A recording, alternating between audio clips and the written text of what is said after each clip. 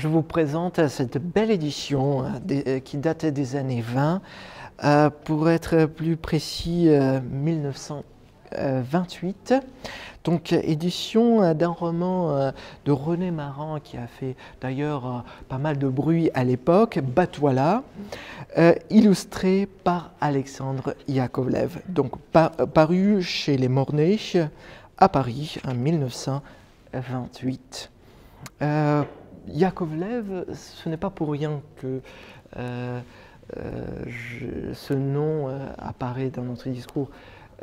Yakovlev est d'origine saint-pétersbourgeoise d'ailleurs, qui a fait, si vous voulez, ses années d'apprentissage tout en se baignant dans cette atmosphère merveilleuse qui était l'âge d'argent de la culture russe à Saint-Pétersbourg, fin de siècle, début du XXe siècle, et qui a eu une certaine, si vous voulez, une école très rigide, celle des grands maîtres de l'époque de Renaissance. En fait, c'était le peintre le plus classiciste parmi les modernes russes, hein, ce qui est déjà étonnant et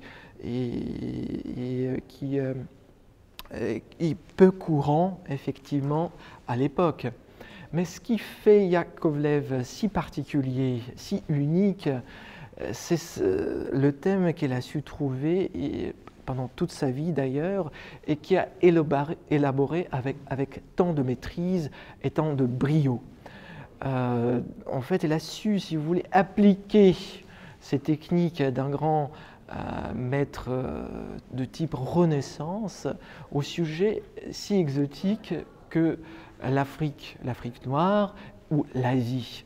Donc il y avait une veine ethnographique très forte qu'on voit passer à travers toute la période créative de Yakovlev, et donc dont la meilleure manifestation, c'est le travail, enfin l'œuvre de Yakovlev en tant qu'illustrateur pour l'ouvrage que je viens de vous présenter. En fait, c'est surtout ces expériences acquises lors de la grande croisière noire de Citroën, organisée par Citroën en 1924-25, donc ces expériences-là qui lui ont permis de s'attaquer de nouveau au sujet si varié, si profond, si exotique, qui était donc le sujet de ce roman de René Maran. Et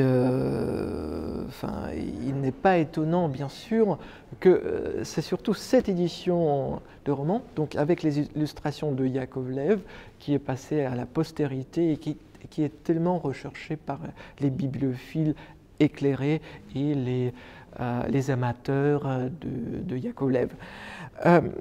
Il faut que je vous ajoute aussi que l'exemplaire, celui-ci, il fait partie des 10 premiers exemplaires sur Japon impérial, sur Japon ancien. Sur Japon ancien, qui contenait non seulement une suite avec tous les dessins de Yakovlev, mais aussi 8 dessins originaux. Et ces dessins-là sont inclus dans cet ouvrage et vous pouvez les admirer, vous faire vous-même une idée de la maîtrise et de ce talent, du talent fou de cet artiste russe.